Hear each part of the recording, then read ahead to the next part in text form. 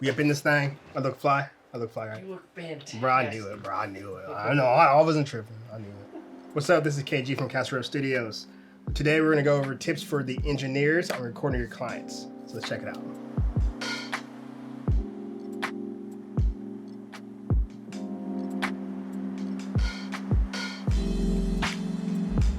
First thing, always be prepared.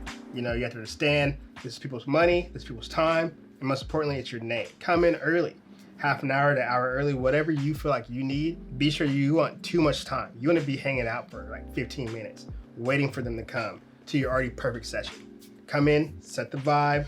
Do they like the lights low? Do they like them dim? Do they want some water? Do they drink water? Dr. Pepper, Sprite? Have that ready for your client before they even walk through that door, because that's how you would treat people at your house, right? So this is your second home. Make them feel like that. Also, check your signal flow. Make sure your microphone's coming in to your preamp, to your compressor, come into your system in the right order, and everything's wired up correctly. The last thing you want to do is your client gets here and they're in a hurry, they're excited, they want to record. You can't record because you're tracing wires. All right, get your stuff together, get ready for them. You stay ready and gotta get ready. All right, so be prepared. The microphone's kind of key. I've noticed a lot of the times, you know, people don't know what to do with the windscreen. How close you get it, how far away do you get it? I think the ideal spacing for the windscreen from the microphone is a fist length, a fist in between them, right? You can put your fist in between it. I think it's about perfect. Don't have it way back here or wherever right up on it, because you want to be sure you catch those plosives so you're not having to edit things out whenever you're mixing and compressing. So keep that in mind.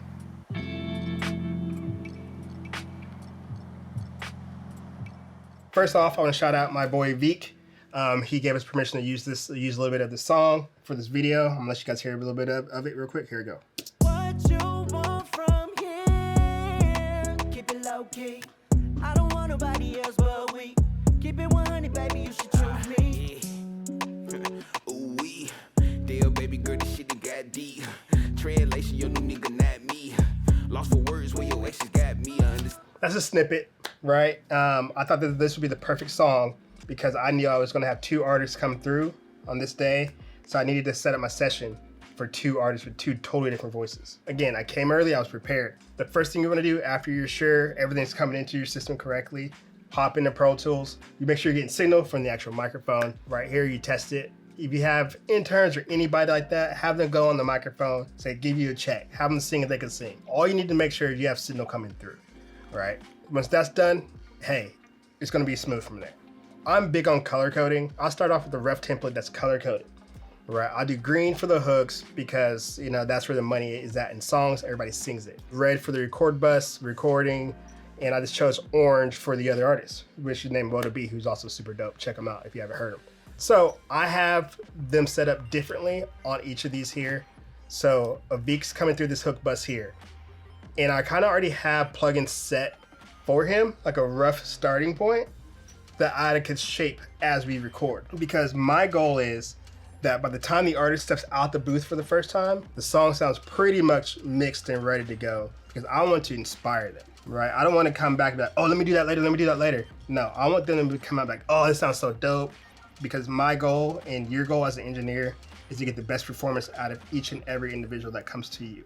You want to make them sound better than what they've ever sounded before. Me and Aveek are cool, so I kind of have a rough starting place for him. So, you know, I start with a little bit of EQ, compression here and there. So I don't usually have that much stuff on it. It looks like a lot, but it's really not, because I use a lot of synths. If you have too much stuff on here, you're gonna get latency. So you got to keep it minimum, but you have to sound good at a minimal spot. All right, and then again, orange down here.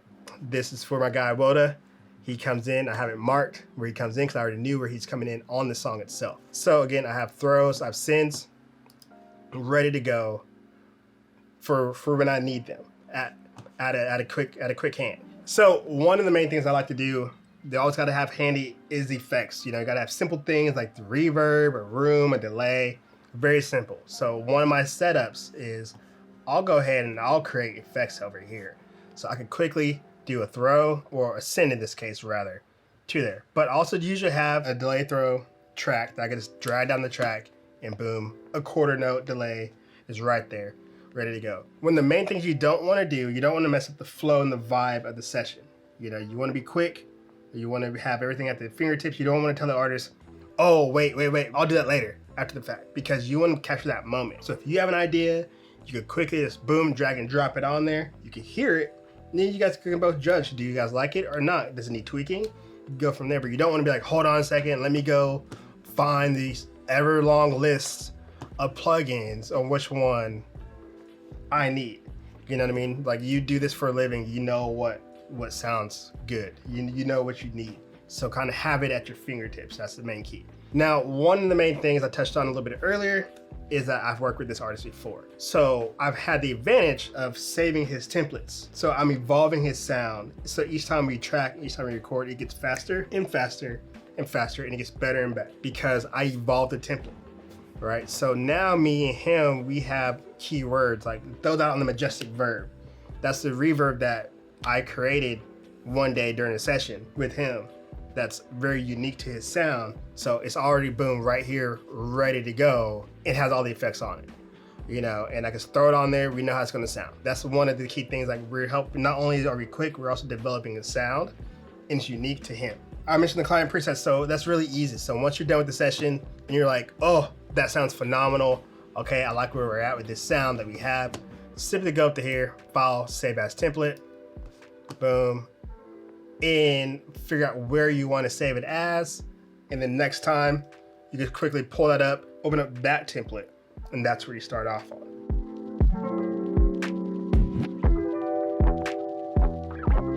All right, so if you're recording a new artist, I like to see if I could do some research and find out, are they a rapper? Are they an auto-tune rapper? Or do they sing R&B? Like, what do they sound like? Because that lets me know I need to have the auto-tune ready. You know, so when he starts rapping, I make sure I got it set to 1 if it needs to be set on 1. So it's a lot less guesswork because you know what he's after. You know, because at the end of the day, we're not mind readers, but you also don't want to have to be like, so do you want more of this? Do you do this or do you not do this? You know, you want to act like you know what you're doing. You want to be prepared for it. Do your research. You know. I mean, we really do this. So just keep that in mind.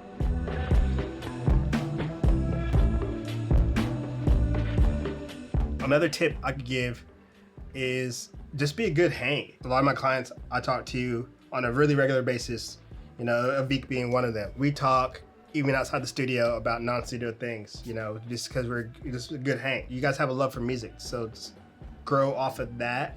And that makes these sessions a lot less stressful, a lot more fun. Time goes by fast. And at the end of the day, the product comes out better than it would have if you're stressed out and like, I don't know this guy at all, I don't know this girl at all. And you know, you guys kind of get on the same wavelength. You know, just again, how me and Aveek could say, throw that on the majestic verbs. We have our own language developed now. You know, so those little things like that go a long way in life, in the sessions, and really just don't be a buzzkill. Just don't be lame, bro. Like, I don't know what to say, just don't be lame.